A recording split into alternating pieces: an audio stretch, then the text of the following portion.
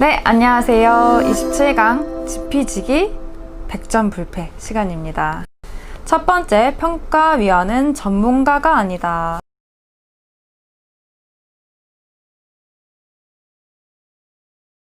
어쨌든 기술 전문가가 들어오긴 할 거고 기술 관련 슬라이드를 만들어서 발표를 하긴 해야 되는데 그 비중을 어느 정도로 둬야 될까요? 그러니까 오해하면 안 되는 게 기술적 정보를 쉽게 전달하자는 거지 네. 비중을 적게 하자 이 말이 아니에요. 기술 제안 프리젠테이션인데 네. 기술적인 내용을 안 다룰 수는 없는 거지. 네, 그런데 이것을 일반인도 이해할 수 있게 쉽게 해야 되고 오히려 위험한 건 뭐냐면 우리가 비즈니스 PT 할 때 제일 조심해야 되는 게 기술적 정보를 잘 전달해야 된다, 쉽게 해야 된다, 스토리텔링을 해야 된다 이러니까 주제를 벗어나는 이야기를 해버릴 때가 있다고. 그게 제일 위험해요. 왜냐하면 비즈니스거든. 그래서 비즈니스 PT는 절대 우리가 이야기하는 주제를 벗어나면 안 돼요. 그런 거지. 마치 뭐하고 똑같냐면 우리가 프리젠테이션이나 강의를 할 때 유머가 살짝 섞이면 재밌거든요. 네. 근데 유머를 일삼아서 해버리면 청중들이 그때부터는 이탈되거든. 맞아요. 뭐 음담패스를 막 일삼아서 하는 강사들을 보면 사람들이 처음에는 웃어주는데 나중에는 사람들로부터 이반되는 거하고 똑같아요. 그래서 비즈니스 PT는 비즈니스에 집중해야지. 기술 PT면 기술에 대해서 이야기해야지. 그러나 비중을 줄이란 말이 아니라 쉽게 이야기해라. 이런 말이죠. 네. 그럼 다음 두 번째로 넘어가 보겠습니다. 발주처와 평가위원은 이해관계가 다르다. 여기서 보면 사업을 발주하는 형태가 두 가지로 나뉘는데 고객이 사업자 선정을 행정기관, 그러니까 발주처에 넘겨서 의뢰해서 조달청에. 조달청이군요. 네. 발주처가 조달청. 네네네. 그 조달청과 같은 그런 행정기관에 의뢰를 하는 경우, 그리고 고객이 자체적으로 사업자 선정을 진행하는 경우 이 두 가지가 있는데 네. 이 각각의 형태에 따라서 발주처와 평가위원의 입장이 다를 수 있다라고 설명되어 있는데 구체적으로 어떻게 다른 건가요? 발주처는 훨씬 관심이 많겠죠. 네. 그러니까 이제 대신에 우리 같이 조달청 평가위원으로 참석한 사람들은 뭐가 중요하냐면 첫 번째로는 발주처가 뭘 원하는가. 발주처가 나를 사실은 대행하는 거잖아요. 내가 발주처의 니즈를 대행하는 거니까 네.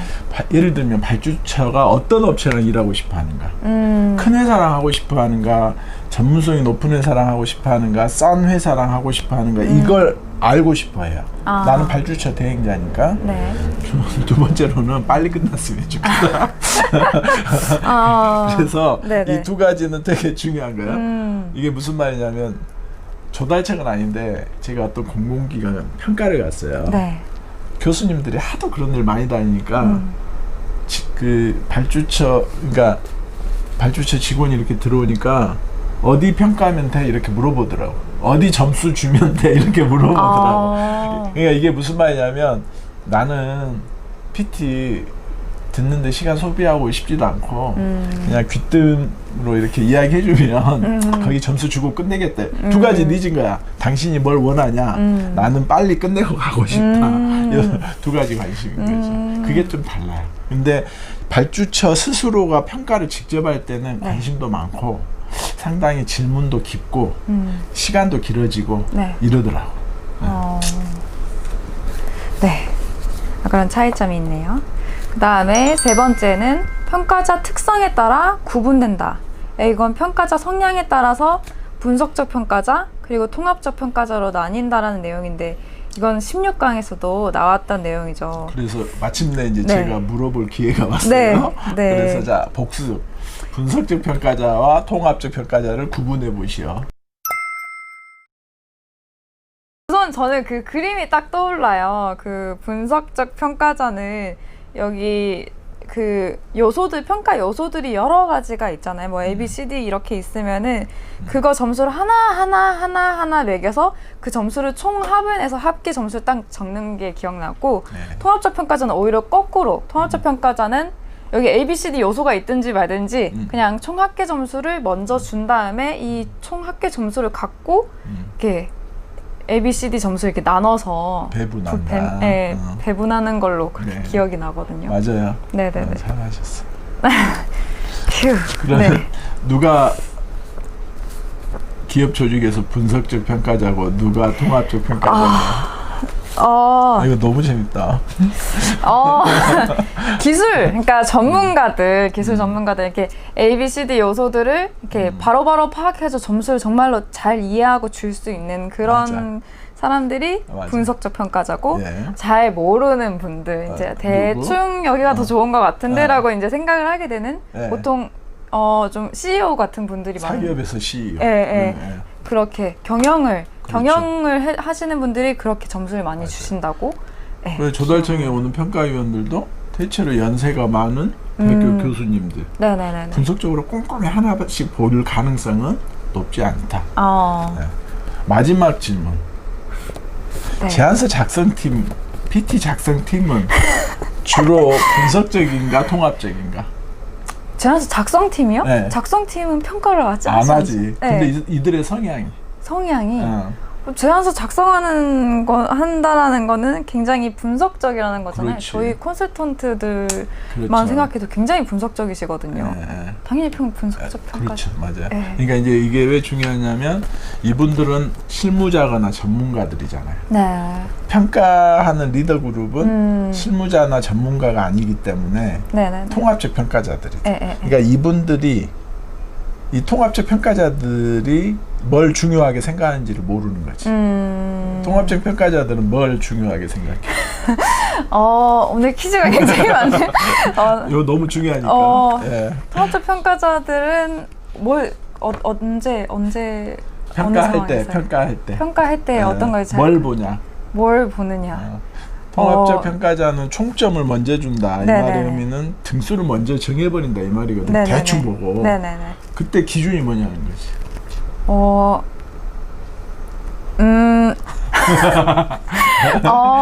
아니, 적절해 보이는, 역량이 뛰어나 보인다, 뭐 이런 느낌?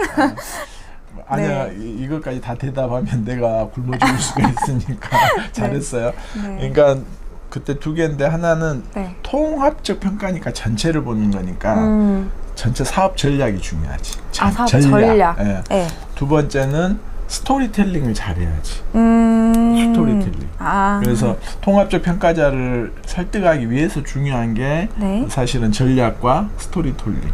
예. 그리고 논리적인 분석적인 평가자들은 네. 평가 항목 하나하나를 충족시키는 게 중요하겠죠. 이번에는 코로나 얘기를 좀 해봐야 될 것 같아요. 제가 최근에 들은 바에 의하면 코로나 때문에 이 경쟁 PT도 비대면으로 요즘은 진행을 한다고 하던데, 혹시 이렇게 비대면 경쟁 PT에서도 분석적 평가자, 통합적 평가자 이 성향이 나타날까요? 더 중요해졌어요. 아, 그래요? 네. 제가 코로나 덕분에라고 하면 안 되지. 코로나 때문에 조달청에 평가를 하러 갈 기회가 생겼잖아요. 네. 근데 그때는 비대면은 아니고 네. 페이퍼리스 평가표가 없더라고. 그래서 조달청에 들어갔더니 페이퍼는 없고 그냥 PDF 파일만 있어요. 그래서 두 회사가 경쟁을 했는데 제안서 프리젠테이션 자료 이렇게 있는 거예요. 그래서 그걸 보려고 했더니 조달청 직원이 그거 보는 시간을 30분을 줘요. 근데 전문성이 높은 제안이잖아요. 그래서 제가 어떤 행동을 했냐면 제안서를 클릭을 해서 열었다가 금방 닫아버렸어요. 안 봤다는 거지. 네. 왜냐하면 그 시간에는 PT 슬라이드 내용 이해도 벅찬 시간이더라고요. 네. 그래서 제가 마음을 어떻게 먹었냐면 두 업체 PT 슬라이드 내용 좀 이해해서 들어야겠다. 그래서 이제 슬라이드만 봤죠. 근데 문제는 PT를 하는데 평가표가 없잖아요. 페이퍼를 있으니까. 네. 그러니까 평가를 못 하는 거야. 그럼 언제 하냐? 네. 두 사람이 발표 다 듣고 그게 이제 뭐 15분 발표하고 한 10분 질의응답하고 이러니까 한 4, 50분 1시간 가까이 지났죠? 네. 넥스트를 클릭하니까 평가표가 뜨더라고.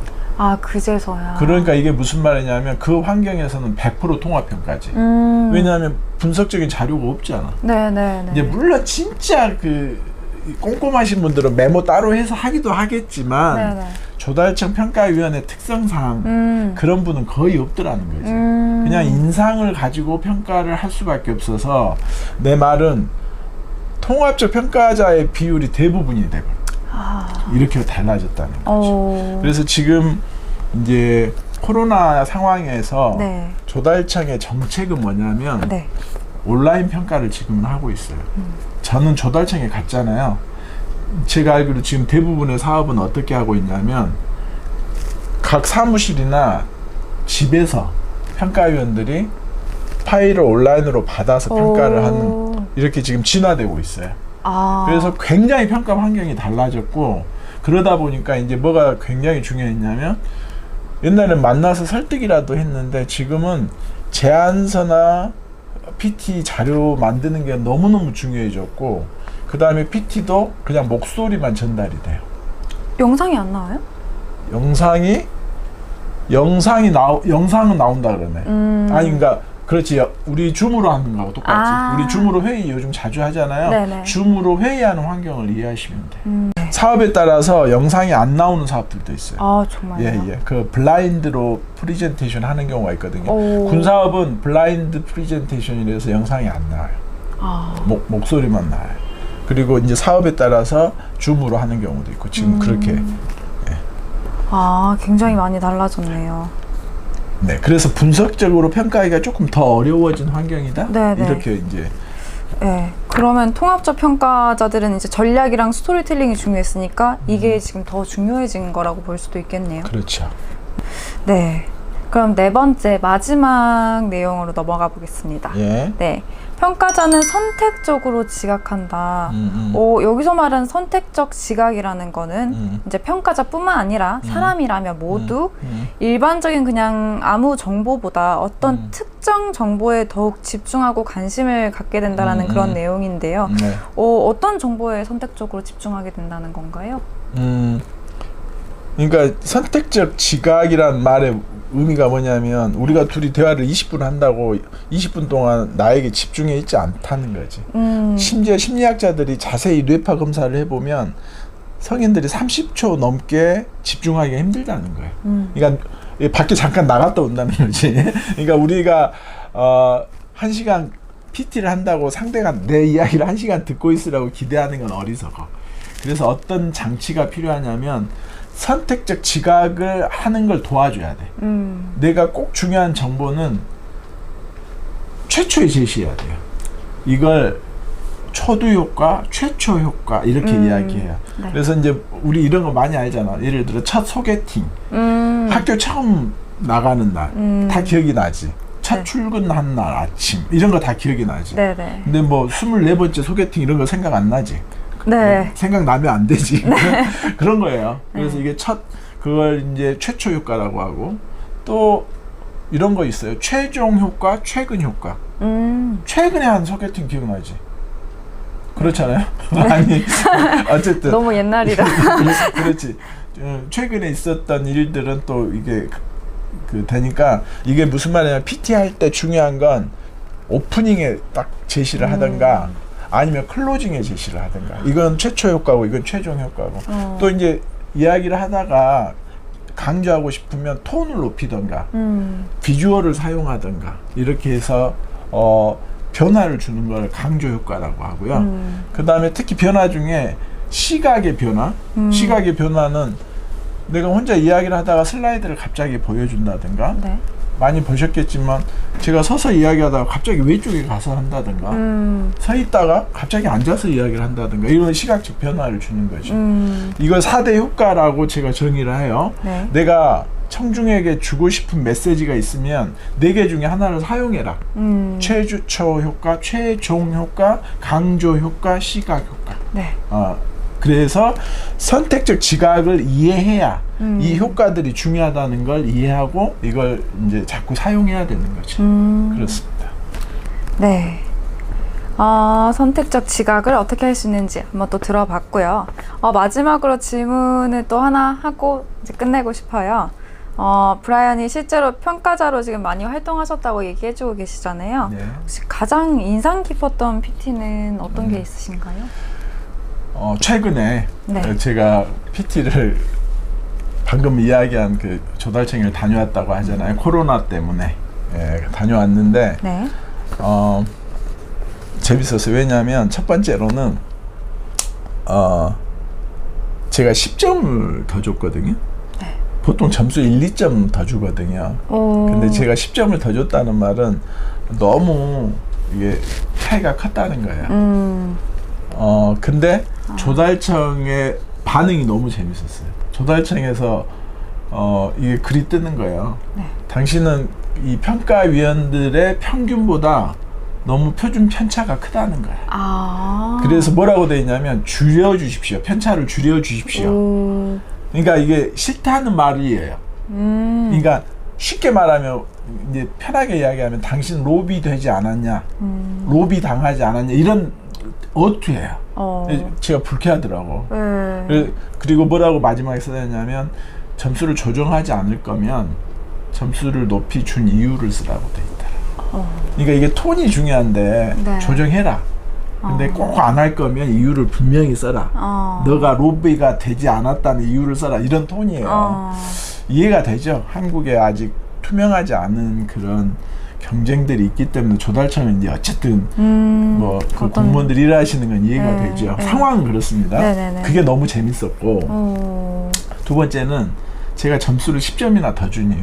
더 놀라운 건 제가 10점이나 더 드린 분이 제가 아는 분인데 그렇게 막 제가 호감을 가지고 있는 분은 아니에요. 그냥 중립적이에요. 그냥 알고만 계시는. 그냥 알고 계신 분이에요. 네. 그러니까 뭐 이분을 내가 좋아해서 이런 건 전혀 아닌데 이분은 어떤 프리젠테이션을 하냐면 첫 번째로는 본인이 이 사업을 지금 3년째 했는데 3년째 하면서 느낀 경험 하나, 그 다음에 우리 본인 회사가 가지고 있는 특장점에서 6개 포인트를 전략을 딱 이야기를 하더라고. 평가표 완전 무시하고. 이게 중요해요. 두 번째 들어온 업체는요, 사업 경험이 없어요. 이게 뭐냐면 한국 기업이 UN 조달이나 미국 조달에 진출하면 굉장히 안정적인 해외 진출이 되잖아요. 유엔에도 조달청이 있고 미국에도 조달청이 있는데 거기에 한번 납품을 시작하면 아주 안정적으로 조달이 되니까 중요한 사업이라서 한국 컨설팅 회사들이 도와주는 사업이에요. 근데 두 번째 발표자는 그 경험이 없어. 경험이 없는데 더 중요한 문제는 평가표에 따라 하나씩 이야기를 하는데 그 정보나 지식량이 너무 많아. 얼마나 많냐면 15분 발표를 하는데 반 발표하니까 시간이 다 된 거야. 그러니까 읽다가 호흡을 못 하시더라고. 분량이 너무 많으니까. 그러니까 약간 자포자기한 상태에서 중간에 클로징이 돼버렸어. 그러니까 문제는 뭐냐면 프리젠테이션을 사람들은 전부 통합적으로 평가하고 있는데 분석적으로 나열해버리니까 머리에 안 들어오는 거야. 그래서 저는 그분 처음 본 분이고 나쁜 감정도 1도 없었지만 저 사람이 지금 무슨 이야기 하는지도 모르겠고 무엇보다도 발표를 끝까지도 못 해버렸고 이분은 자기의 사업 경험 이렇게 경험이 풍부하다 제일 중요한 것 같더라고. 두 번째는 자기 조직이 가지고 있는 특장점 딱 내가 이해할 수 있게 말씀을 해주세요. 그러니까 이게 전형적인 거예요. 통합적으로 접근을 해서 전략을 이야기하고 본인의 경험, 이건 다분히 감성적인 거거든요. 그 두 가지를 딱 이야기를 했다는 거죠. 통합적으로 접근하니까 훨씬 높은 점수를 따게 되더라는 거죠. 네. 그래서 이게 중요한 레슨 같아요. 네. 최근 브라이언이 경험하신 경쟁 PT도 한번 들어봤습니다. 네, 이번 강은 여기까지 하겠습니다. 감사합니다. 네.